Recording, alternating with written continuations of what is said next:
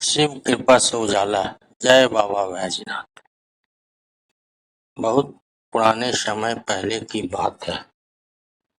हिमालय की तलहटी में बसे एक छोटे से सुंदर राज्य पर राजा वीरेंद्र सिंह और महारानी सुहानी का शासन था। दोनों ही अत्यंत दयालु, धर्मपरायण और प्रजा वत्सल थे। उन्हें पशु पक्षियों से भी उतना ही स्नेह था जितना अपनी प्रजा से।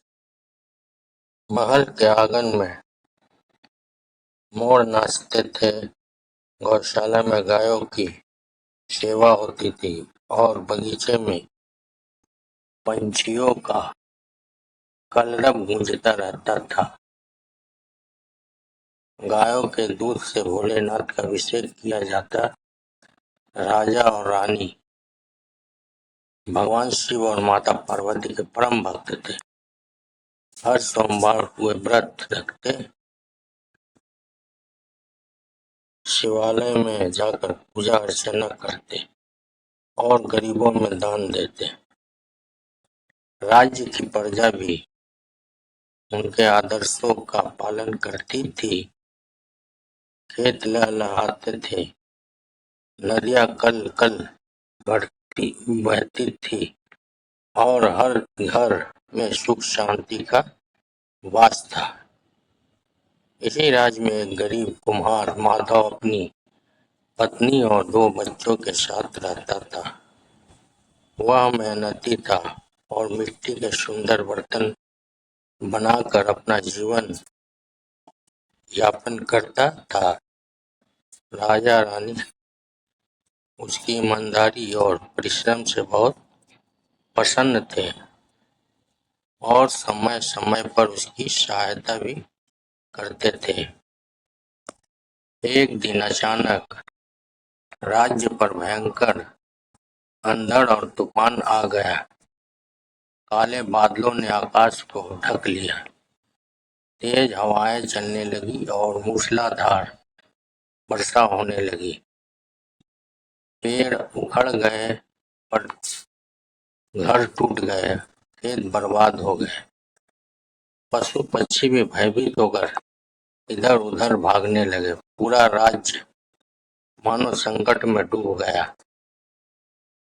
तूफान थमने के बाद जब राजा वीरेंद्र सिंह ने अपने राज्य की हालत देखी तो उनका हृदय दुख से भर गया।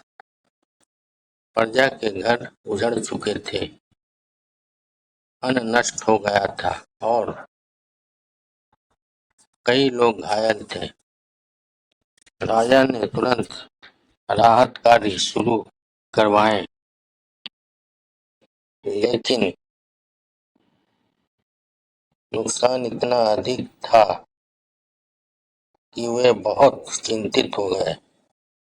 महारानी सुहानी ने उन्हें धैर्य बंधाते हुए कहा, स्वामी, यह कठिन समय है, लेकिन हमें विश्वास रखना होगा। भगवान शिव अवश्य हमारी सहायता करेंगे। उसी रात उस, उसी रात राजा और रानी ने महल के शिव मंदिर में जाकर पूरी श्रद्धा से प्रार्थना की। उन्होंने उपवास रखा और शिवलिंग पर जल चढ़ाकर राज्य की रक्षा की प्रार्थना की। राजा की आंखों से आंसू बहने लगे।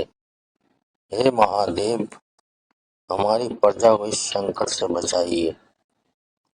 उधर गरीब कुम्हार माधव का घर भी तूफान में टूट गया था। उसका सारा सामान नष्ट हो गया था,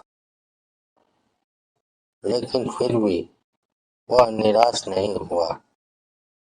उसने अपने परिवार के साथ मिलकर भगवान शिव का नाम लिया और कहा, भोलेनाथ, आपने जो दिया वही स्वीकार है।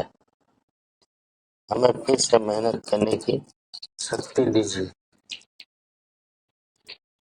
अगले दिन एक अद्भुत घटना हुई। राज्य के पास बहने वाली सूखी नदी में अचानक जल प्रवाह बढ़ने लगा।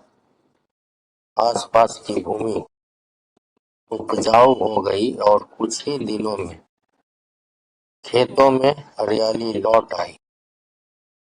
लोगों ने देखा कि जहां-जहां शिव मंदिर थे, वहां कम नुकसान हुआ था इसी बीच राजा को सूचना मिली कि जंगल के पास एक साधु आए हैं जो लोगों को साहस और सहायता दे रहे हैं। राजा रानी उनसे मिलने गए। साधु ने मुस्कुराते हुए कहा, राजन, संकट तो जीवन का हिस्सा है, लेकिन जो धैर्य और भक्ति से काम लेता है, उसकी सहायता स्वयं भगवान करते हैं। साधु ने कुम्हार माधव की भी प्रशंसा की और कहा, उसकी सच्ची श्रद्धा ने भगवान भोलेनाथ को प्रसन्न किया है। राजा ने माधव को बुलाकर उसे नई सामग्री और घर बनाने में मदद दी।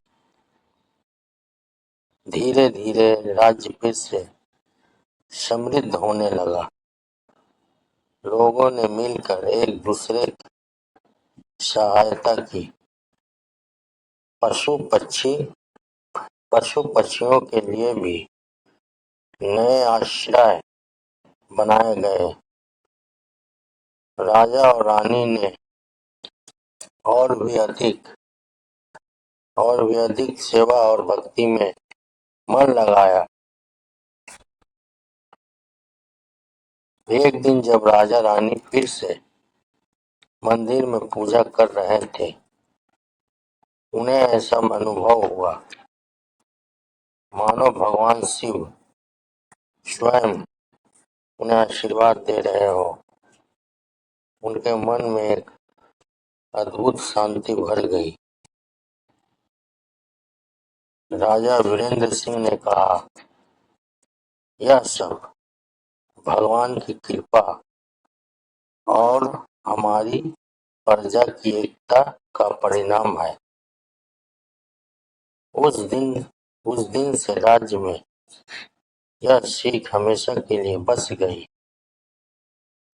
कि कठिन समय में धैर्य, परिश्रम और सच्ची भक्ति ही सबसे बड़ी शक्ति होती है। भगवान शिव की कृपा से अंधकार के बाद फिर से उजाला अवश्य आता है। हर हर महादेव।